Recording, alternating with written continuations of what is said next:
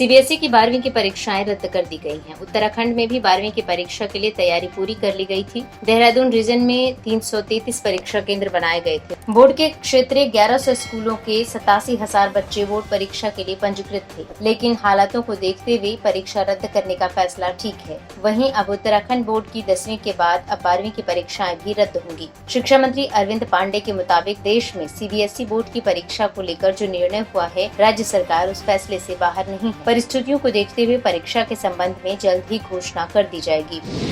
पूर्व जिला पंचायत अध्यक्ष कृष्ण भंडारी ने अपने अथक प्रयास से डीडीहाट विधानसभा क्षेत्र में हंस फाउंडेशन द्वारा दिए गए 2000 corona kit, 3 oxygen concentrator, mask, sanitiser, PPE kit, thermal scanner, oximeter आदि चीजें निजी अस्पतालों, आंगनबाड़ियों और पूर्व क्षेत्र के गाँव-गाँव में जाकर वितरित की। पतंजलि ने कोरोनिल का परीक्षण उत्तराखंड की नदियों में पाई जाने वाली जेब्रा फिश पर किया है। आईएमए उत्तराखंड के सचिव डॉक्टर अजय खन्ना ने यह दावा किया है कि खुद पतंजलि ने पाइथोमेडिसिन जर्नल में छपे शोध पत्र में इस बात की जानकारी दी है। उन्होंने कहा कि नियमानुसार मछली पर परीक्षण की गई दवा मनुष्यों पर इस्तेमाल नहीं की जा सकती। कहा कि मछली पर भी ठीक ढंग से परीक्षण नहीं किया गया। एम्स ऋषिकेश में ब्लैक फंगस से 4 और लोगों की मौत हुई है। मृतकों में 2 उत्तराखंड और 2 उत्तर प्रदेश के मरीज शामिल हैं। एम्स में अब तक ब्लैक फंगस से 13 मरीजों की मौत हुई है, जबकि संस्थान में संक्रमण के 147 केस सामने आ चुके हैं।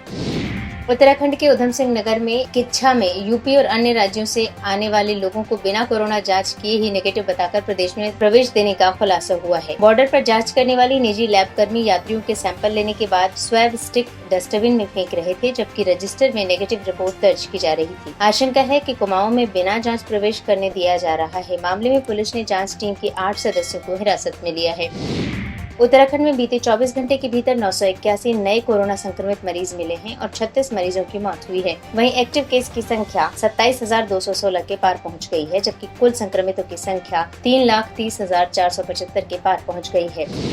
वहीं बात करें जिलों की तो देहरादून जिले में 279, हरिद्वार में 117, नैनीताल में 113, उधम सिंह नगर में 58, अल्मोड़ा में 137, बागेश्वर में 42, चमोली में 93, चंपावत में 13, पौड़ी में 32, टिहरी में 25, उत्तरकाशी में 28, पिथौरागढ़ में 26 और रुद्रप्रयाग में 18 कोरोना संक्रमित मरीज मिले।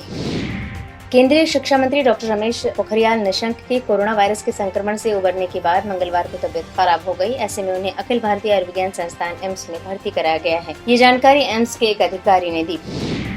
पर्यावरणविद स्वर्गीय सुंदरलाल बहुगुणा के घर से कांग्रेस ने 1 सप्ताह तक चलने वाले एक वृक्ष एक परिवार अभियान की शुरुआत की। इस दौरान उनके पुत्र राजीव नयन बहुगुणा के साथ कांग्रेस के प्रदेश महासचिव राजपाल खरूला ने नीम और आंवला का पौधा लगाकर अभियान की शुरुआत की। तो ये थी आज की फटाफट न्यूज। ऐसे ही ताज़ा तरीन खबरों के लिए हमारे YouTube channel K24 news and entertainment को सब्सक्राइब जरूर करें। मैं आपको सिर्फ ये अपील करने आया हूँ कि अगर अभी तक आपने K24 news and entertainment channel को सब्सक्राइब नहीं किया तो प्लीज कर लीजिए। मेरे दिल के बड़े करीब हैं जो ये चैनल चलाते हैं और बड़ा अच्छा काम भी कर रहे हैं। मैंने भी सब्सक्राइब किया है और अगर अभी तक आपने नहीं किया फटाफट से कर लीजिए।